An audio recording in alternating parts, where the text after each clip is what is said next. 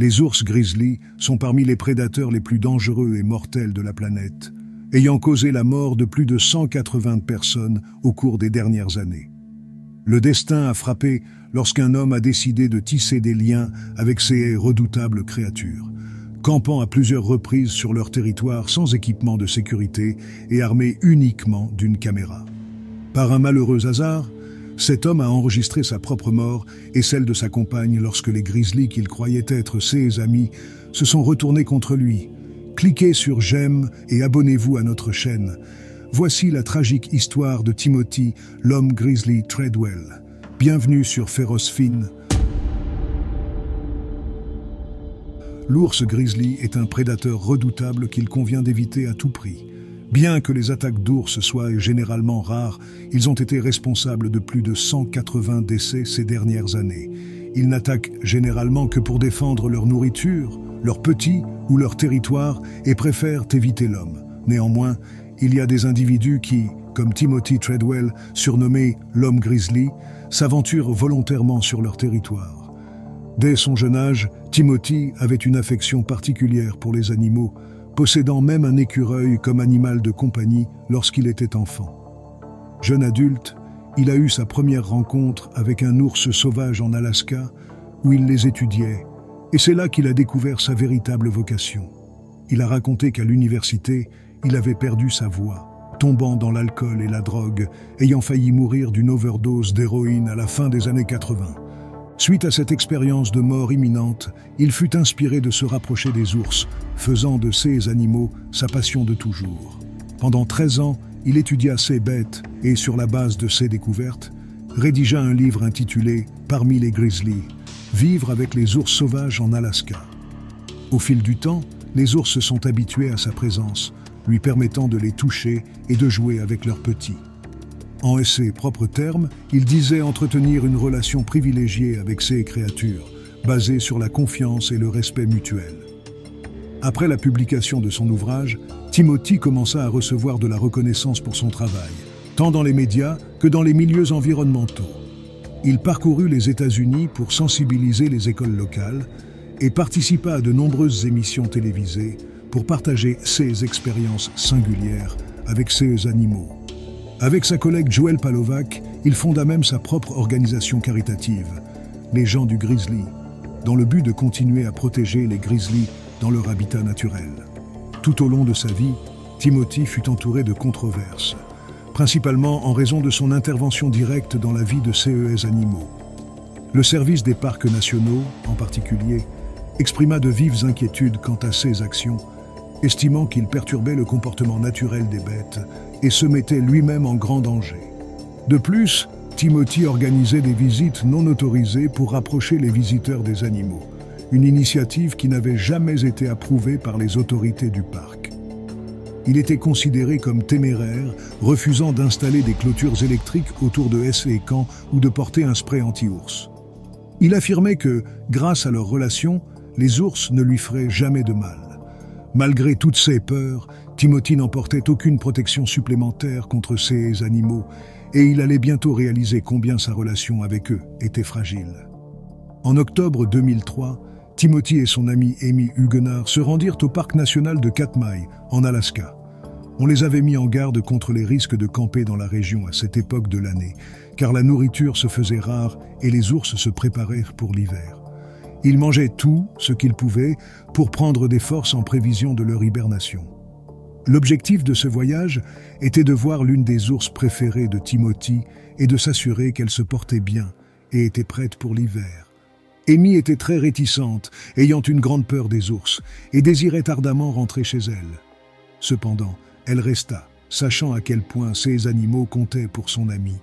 Le couple a suivi plusieurs ours, mais Timothy a vite réalisé que la plupart des ours qu'il connaissait étaient déjà en hibernation et qu'il y avait de nombreux ours qu'il n'avait jamais rencontrés auparavant. Même s'il se sentait mal à l'aise à l'idée d'être entouré d'ours inconnus, il décida néanmoins de camper là-bas avec Amy. Le 5 octobre, les deux ont installé leur caméra vidéo pour faire davantage de prises des ours. La mise en place était presque terminée, la caméra était allumée et enregistrait le son. Mais le capuchon de l'objectif était encore en place. Il n'y avait donc pas encore d'image. Des doux bruits de pluie peuvent être entendus pendant qu'Amy prépare l'équipement à l'intérieur de la tente. Soudainement, Amy appelle Timothy, lui demandant s'il est toujours dehors car elle ne peut plus l'entendre. Ensuite, les cris commencent. Timothy crie à Amy de sortir de la tente et de fuir, alors qu'il est attaqué par un grand ours mâle âgé de 28 ans. Amy ouvre la tente et hurle à Timothy de faire le mort, espérant que l'ours le laissera tranquille.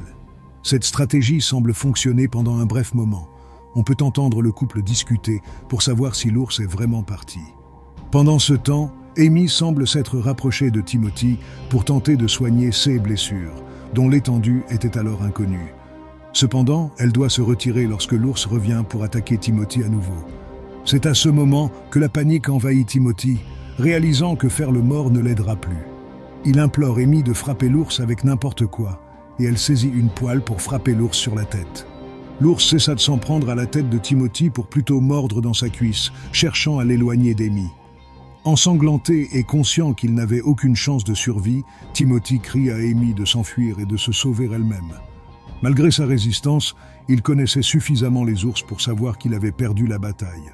Contrairement à d'autres victimes d'attaques d'ours, il ne perdit pas connaissance pendant l'agression et était pleinement conscient d'être dévoré vivant par la créature qu'il aimait tant.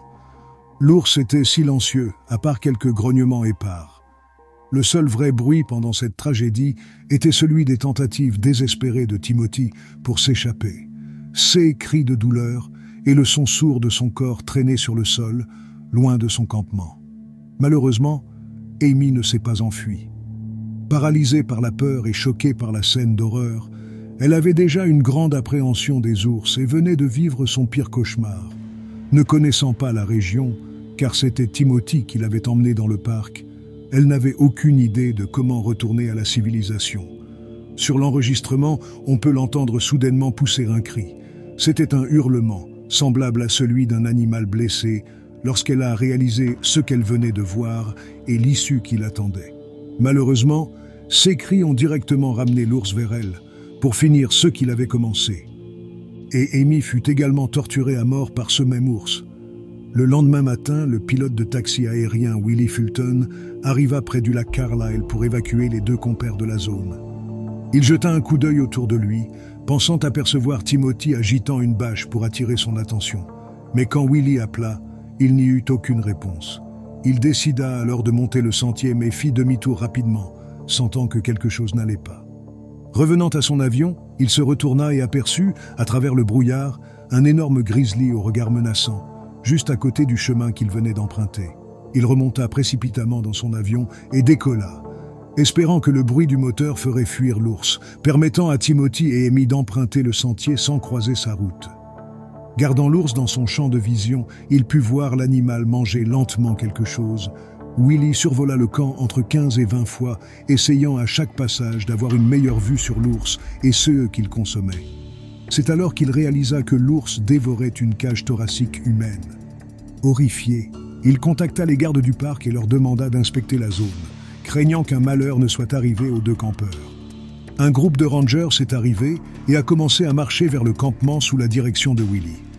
Ils ont aperçu quelques ours sur leur chemin, mais comme les ours les ont ignorés, ils ont continué leur chemin sans problème.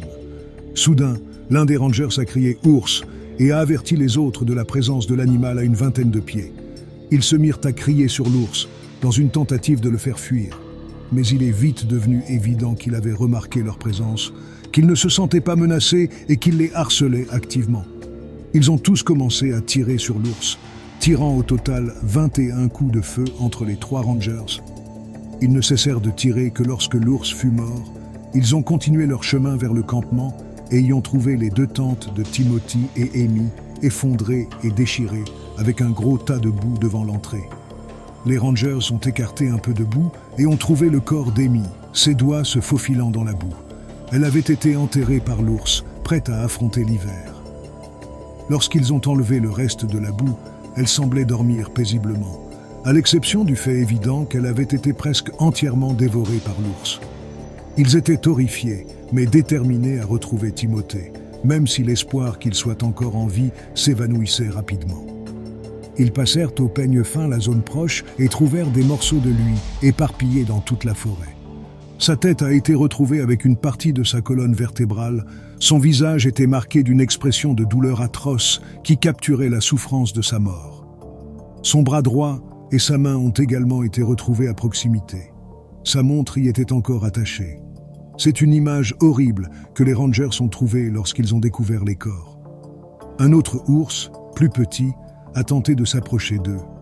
Âgé d'environ 3 ans, il observait l'équipe à une distance d'environ 30 pieds, indiquant clairement qu'il allait continuer à s'approcher et peut-être attaquer. Il a été rapidement abattu par les rangers, qui ne voulaient prendre aucun risque, étant donné la situation dans laquelle il se trouvait. Après avoir récupéré les corps de Timothy et d'Amy dans le parc, les rangers ont envoyé les restes du grand ours pour examen. Une autopsie a révélé que des restes humains et des vêtements se trouvaient dans son estomac. Cela a confirmé que cet ours avait tué et dévoré le couple. L'ours le plus jeune avait déjà été cannibalisé par d'autres ours. Nous ne saurons donc jamais s'il a quelque chose à voir avec les morts de Timothy et Amy. En fin de compte, il est important de respecter les animaux sauvages et de leur donner l'espace qu'ils méritent. Même si vous établissez une relation avec les animaux, vous ne pouvez jamais savoir ce qui pourrait arriver ou quel danger se cache dans la forêt et attendent une occasion de vous infliger une fin terrible.